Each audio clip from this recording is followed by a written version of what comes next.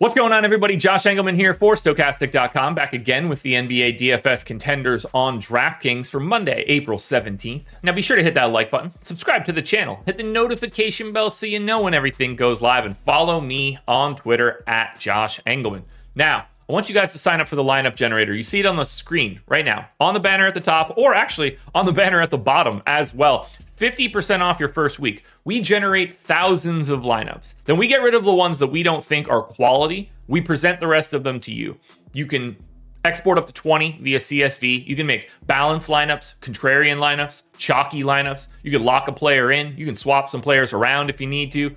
I think it's going to make you a lot better at DFS. If you're really just trying to get better at lineup creation and lineup construction, this is a tool that's going to take you a step further. So please go check it out, everybody. It helps me out a ton. Now, Nick Claxton, Klay Thompson, Draymond Green, Domantas Sabonis, and Malik Monk are on the outside looking in. Who will be my favorites? My top 5 plays for today?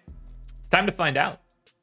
First up at number 5, I'm going Spencer Dinwiddie. He's point guard only, which stinks, but 7,200, projected for 39. The goal is 38. He's in the optimal lineup 38% of the time. I gave him 39 minutes. That's what we were getting in game 1. He's a fantasy point per minute guy, 22% usage, which you feel like should be higher, but isn't.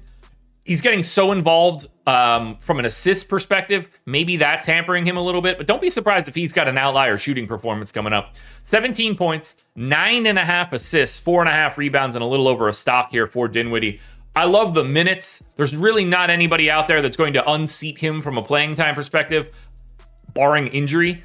And 7,200 just isn't that crazy of a price tag on a 2-game slate for a guy with this playing time ceiling.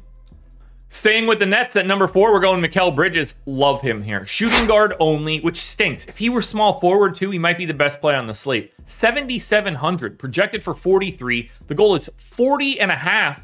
He's in the optimal lineup 39% of the time. I got him in for 40 minutes. That's what we were getting in game 1. And he's basically a 1.1 fantasy point per minute guy with Brooklyn. 30% usage this year. 27 points, 5.5 boards, 3.5 assists, and 2 stocks.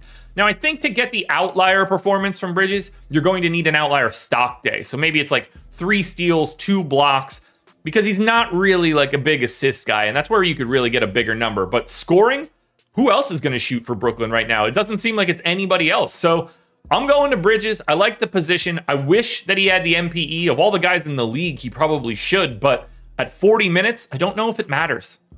At number 3, we head to Golden State for KEVON Looney. Center only, 5,200, projected for 30. The goal's 28. He's in the optimal lineup 40% of the time. He played massive minutes in game 1 and was a plus-minus neutral, which they lost, so that's appealing to me. But he got 32 minutes there. I'm only giving him 29, and I like him this much. 12% usage, that's not why you get him, but he's a fantasy point per minute guy.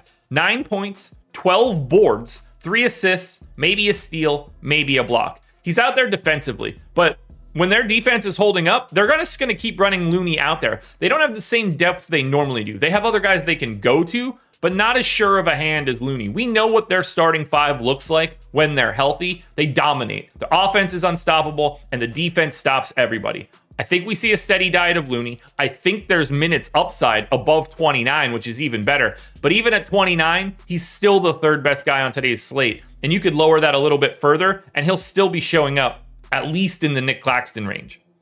At number 2, we're going to Sacramento for De'Aaron Fox. Point guard only, but 8,500, projected for 49.5. The goal is 44.5. Preposterous price tag on Fox today. He's in the optimal lineup 44% of the time. 39 minutes, same as what we got out of game 1. He smashed in game 1 too, by the way. 1.27 fantasy points per minute for Fox, 30% usage, 29 points, 6.5 assists, 5 boards, close to 2 stocks. He was getting by everybody. I'm anxious to see how they try to correct that problem in game 2. Maybe they don't do anything. Maybe they just hope that that's not going to happen again, but he was blowing by a lot of different assignments, so I'm curious where they go, but it doesn't really make much of a difference to me. His price tag is so much lower than it should be. This game should be competitive. It should be fast. There is a ton of scoring options. And at 8,500, with him only needing 45, we're talking about being worse than average today for him to be a failure. I just don't see that happening. Like, subscribe, notification bell, and sign up for the NBA lineup generator. Scan the QR code, click the link in the description. $4.48 for your first week. Cancel anytime.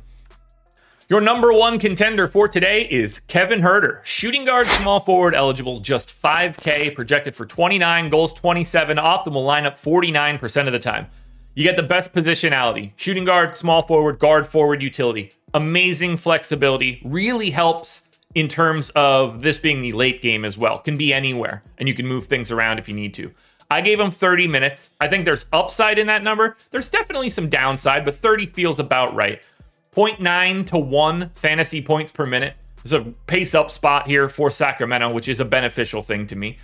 It's all scoring. 15 points, 4 boards, 3 assists. That's not anything crazy. It's 20% usage. It's a stock and a half. But this is a price and position thing. We don't have a ton of places that we can get value. So when you can get a guy that can be rostered in 5 different positions out of your 8 roster spots at just 5K, that's going to start and hopefully play 30 minutes, that's just going to fit in every single construction that you have.